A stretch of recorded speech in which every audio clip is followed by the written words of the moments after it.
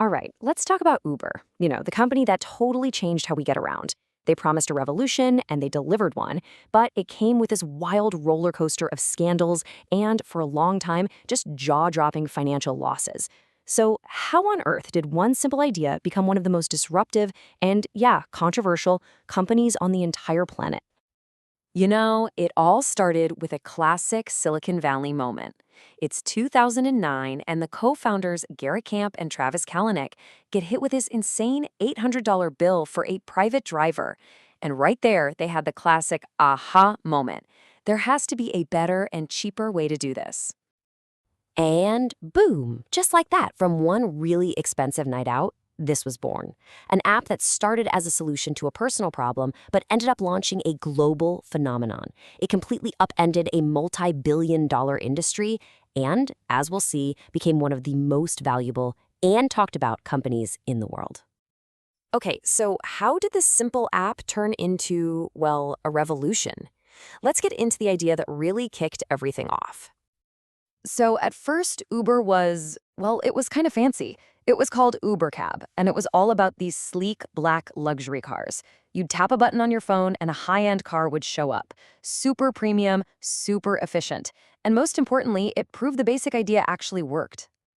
But luxury cars were just the beginning. The real goal was way bigger. The real goal was total domination. The company was built for speed, and things are about to go into hyperdrive.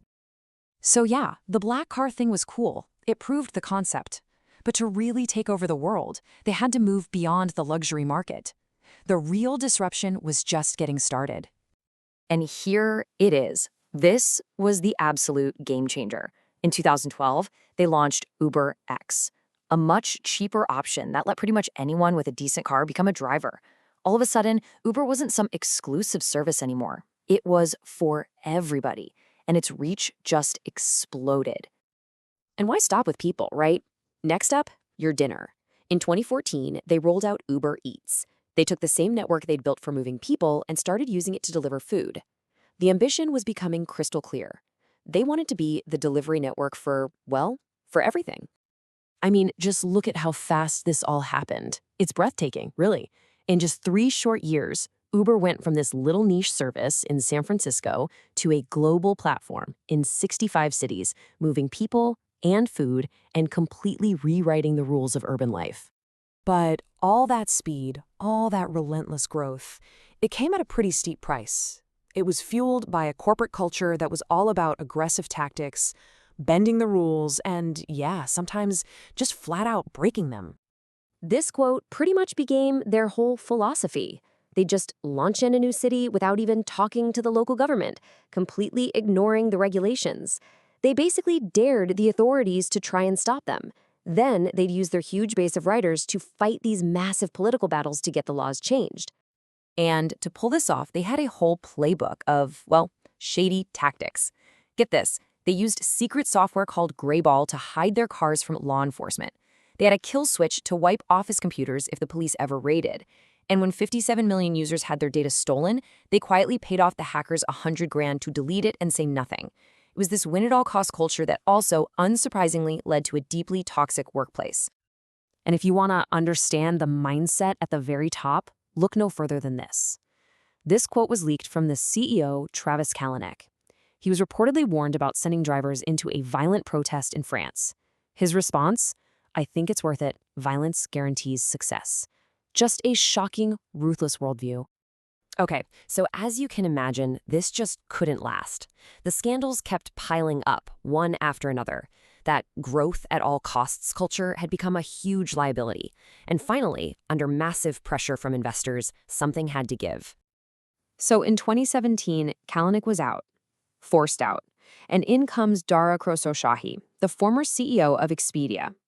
He was basically hired to be the adult in the room. His job was simple but huge. Clean up Uber's toxic reputation, and for the first time ever, actually figure out how to make money. And his number one focus was the bottom line. I mean, look at these numbers. For years, Uber was just burning through cash. We're talking billions and billions in losses. Over $8 billion in 2019 alone. But under the new leadership, they slowly, carefully steered the ship around, and then, in 2023, they finally did it, their first ever annual operating profit. It was a massive, massive turning point. All right, so Uber survived. They're actually profitable. So what's next? Well, they're thinking way beyond just being a taxi app now. Their new goal is to become the core operating system for how we move around our cities. And you can see that right here. Yeah, mobility, getting a ride, is still their main thing, but look at this. Delivery and freight now make up a huge chunk of the business. They're not just moving people anymore, they're moving, well, everything. And from this brand new, shiny headquarters in San Francisco, they're planning their next big chapter. This building is more than just an office. It's supposed to be a symbol of a new, more grown-up, more stable Uber that's ready for the future. And that next great disruption, it's already happening. They're pushing hard for a driverless, all-electric future, with the goal of being zero emission by 2040. They're making huge bets on robotaxis, partnering with major tech players, and are already getting them on the streets in some cities. So that kind of leaves us with the big question, right? Uber's got a new driver in the CEO's office, a new profitable business plan, and all this new tech. But has the company really changed deep down? Or is that move fast and break things DNA still there, just waiting for its next chance to disrupt everything all over again?